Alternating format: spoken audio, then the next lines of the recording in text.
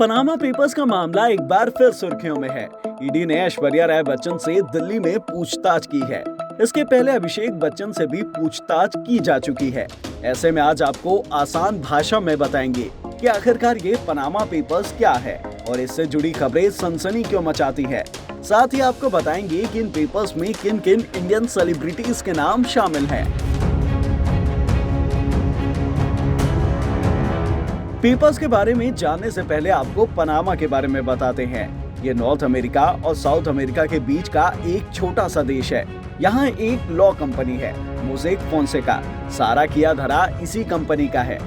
कई बड़े सेलिब्रिटीज पर आरोप है कि उन्होंने अपने पैसे इस लॉ कंपनी की मदद से ऐसे देशों में इन्वेस्ट कर रखे हैं जो इन्वेस्टर की असली पहचान छुपा कर रखती है। मतलब ये पैसा किसका है और कितना है, ये किसी को नहीं बताया जाता है।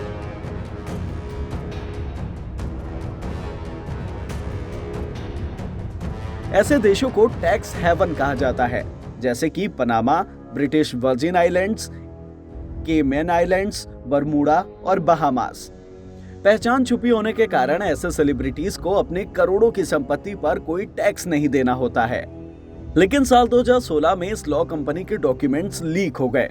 3 अप्रैल 2016 को ज़्यूडॉयचे ज़ाइटुंग नाम के एक जर्मन न्यूज़पेपर ने पनामा पेपर्स में आए लोगों के नाम जारी कर दिए। पता चला कि इसमें कुछ भारतीय सेलिब्रिटीज के नाम भी है जिन्होंने हमारे देश के कानून के खिलाफ पनामा की लॉ फर्म मोज़ेक फोंसेका की मदद से ब्रिटिश वर्जिन आइलैंड्स में कंपनियां बनाई हैं। कुछ ने विदेशों में हुई कमाई पर लगने वाले टैक्स बचाने के लिए टैक्स हेवन देश में ये कमाई जमा करवा दी है और कुछ लोगों ने सरकारी ठेके या अपराध से हुई संपत्ति को ठिकाने लगाने के लिए इस तरीके का इस्तेमाल किया है। दरअसल ज़्यूडॉयचे ज़ाइटुंग न्यूज़पेपर को लॉ फर्म मोज़ेक फोंसेका के वित्तीय लेन देन से जुड़ा करीब 2600 जीबी का डेटा मिला था। इसमें 1975 से लेकर 2015 तक के लेन देन के डेटा मौजूद थे। इस न्यूज़पेपर ने 70 देशों के 370 रिपोर्टर्स के साथ मिलकर इन डेटा की जांच की। इसमें भारत की ओर से भी 2 रिपोर्टर शामिल थे जिन्होंने 1 करोड़ 10 लाख से ज्यादा फाइल्स में से भारत से जुड़े 36,957 फाइल्स खोज निकाली थी।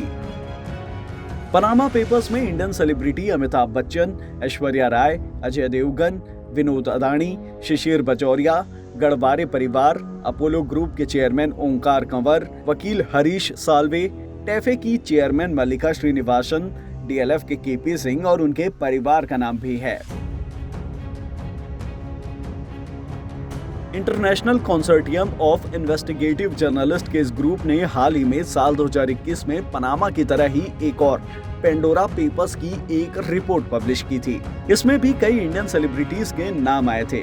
एक इंडियन न्यूज़पेपर ने अपनी एक रिपोर्ट में कहा था कि सचिन तेंदुलकर ने पनामा पेपर्स के खुलासे के सिर्फ 3 महीने बाद ब्रिटिश वर्जिन आइलैंड्स में अपनी हिस्सेदारी बेच दी थी।